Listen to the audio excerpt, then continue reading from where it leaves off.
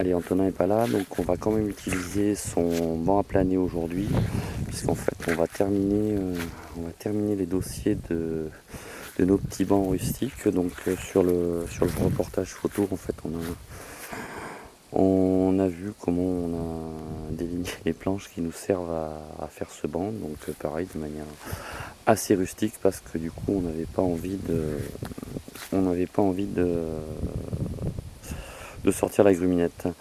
Donc là on va préparer les petits morceaux qu'on a récupérés, qu'on a abattus du châtaignier, les petits morceaux qu'on vient planter derrière, qui vont nous permettre de faire des petits dossiers sur ces bancs qu'on va disséminer de part et d'autre dans le terrain. Donc en fait là on va aller, on voit qu'il reste le petit morceau, il en reste, on va en sortir encore deux planches, donc on verra suivant les chutes qu'on a pour refaire un banc de plus. Puis ça, c'est les dossiers qui sont prêts pour les deux qu'on va mettre en place cet après-midi. Allez, donc en fait les petits morceaux de bois en question, ils sont là. Donc d'abord ce qu'on va faire, on va les plumer à la serpe. Ça va préserver un peu le coupant de la plane, et puis ensuite on ira on va enlever tout ce qui reste d'aubier de l'hiver, et on va aller jusqu'au duramen, la partie la plus dure du châtaignier, pour pouvoir faire nos petits bancs et que ça dure le plus longtemps possible.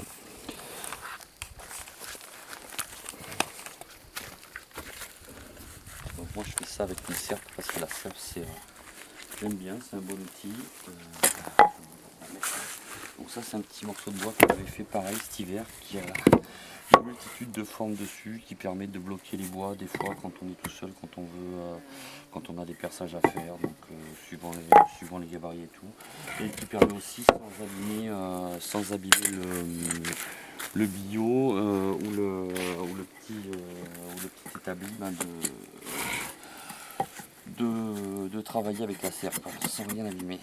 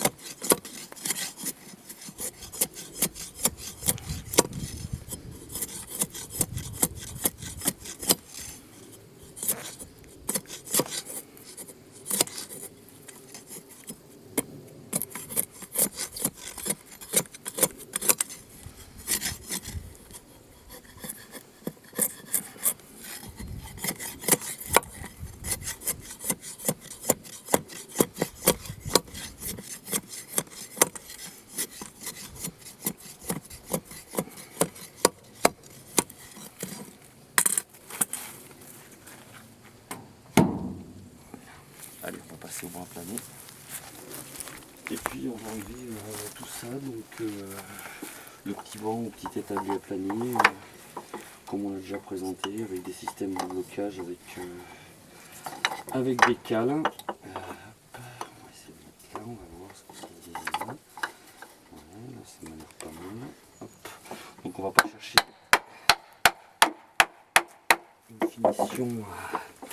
une finition particulière, donc le petit billot qui nous sert à la fois de siège quand on travaille là, puis comme je l'ai dit, avec les différentes formes et tout.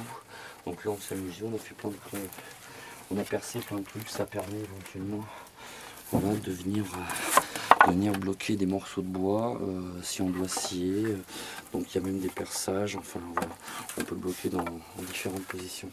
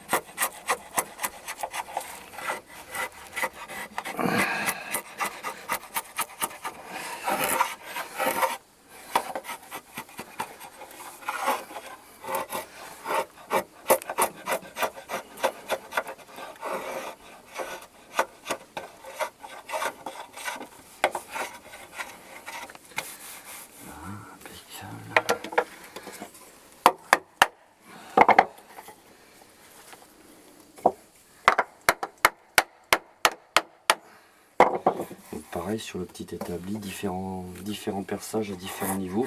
Comme ça permet de jongler avec les cales, des petites cales et des cales un petit peu plus grosses, de mettre éventuellement 2 chevilles, enfin voilà, de faire plein de petites choses sympathiques. Hop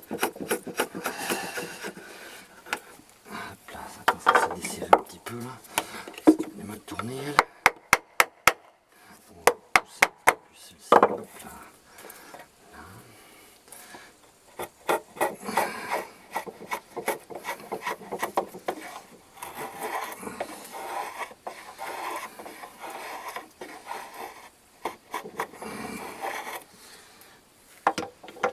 La plane, c'est un outil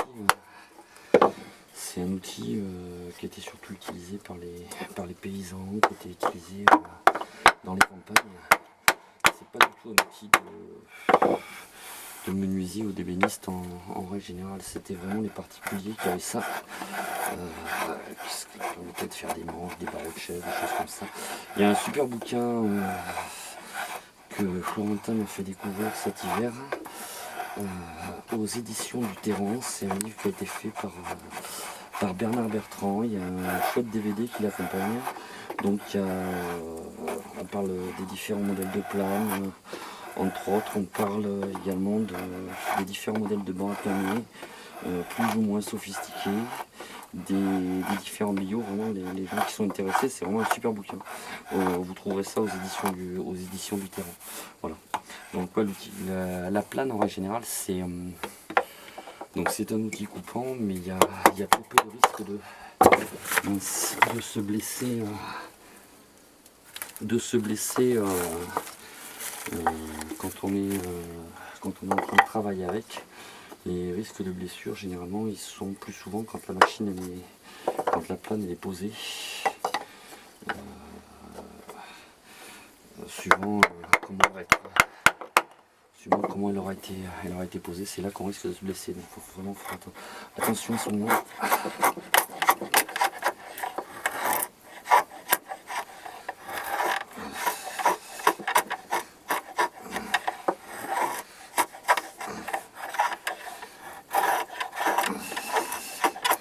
Là j'essaie vraiment, quand on les pèle avec la serpe, c'est vraiment pour préserver un maximum le coupant de la plane. Moi je l'aiguise, je l'affûte de temps en temps avec les pierres à eau que vous avez juste à côté là. Mais bon, il faut vraiment savoir bien affûter, et c'est pas forcément ma qualité première, donc j'essaie de préserver au maximum l'affût. Ah mince, attends, on va le bloquer. Ouais, c'est parce qu'on est trop loin. Hop là.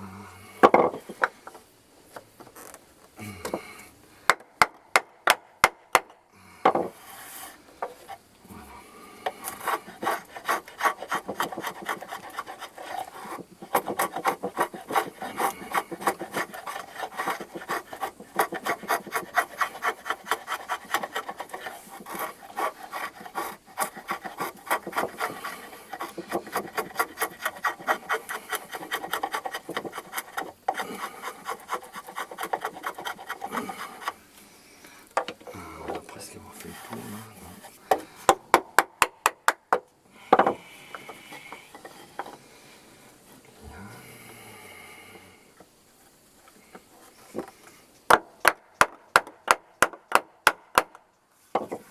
Alors là on est plus tranquille parce qu'on vient de terminer le petit abri justement pour pouvoir abriter les outils dans ton main. Donc en l'occurrence ce sont une espèce de petit atelier, de petit établi dont je me sers actuellement, et puis son tour à moi, parce qu'avant tout ça c'était en plein soleil. Puis là il a fait très chaud depuis quelques temps, et comme il a fait très chaud, on voit que le banc, le billot et tout, on les avait traités cet hiver avec de l'huile de main chaude. Mais ça a quand même éclaté. Donc le bio, bah, c'est un vieux bio de. On a mis une publication dessus, c'est un vieux bio de hêtre qu'on nous a donné. Et donc bah, voilà, comme c'est du bois massif, on voit là il a éclaté, donc on le reprendra peut-être. On pensera peut-être un petit peu tout ça pour que ça fasse plus propre et plus joli. Voilà.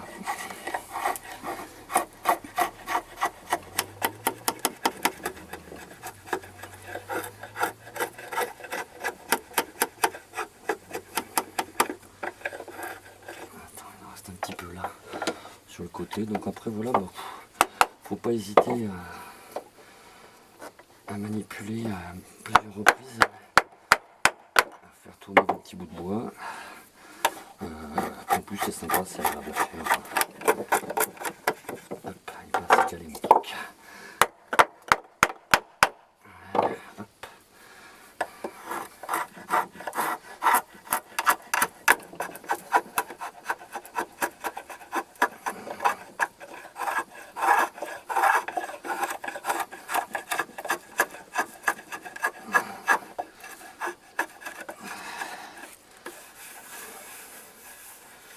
On va peut-être en remettre un petit peu. Après bon là il n'y aura pas de finition, pas de ponçage ni rien, on va pas travailler hyper précisément à la plane là, parce que ça doit vraiment rester rustique. Allez, en harmonie on va dire avec les petits bancs qu'on a fait, donc un petit coup là, puis on va dire que ça serait bien pour celui-ci quoi.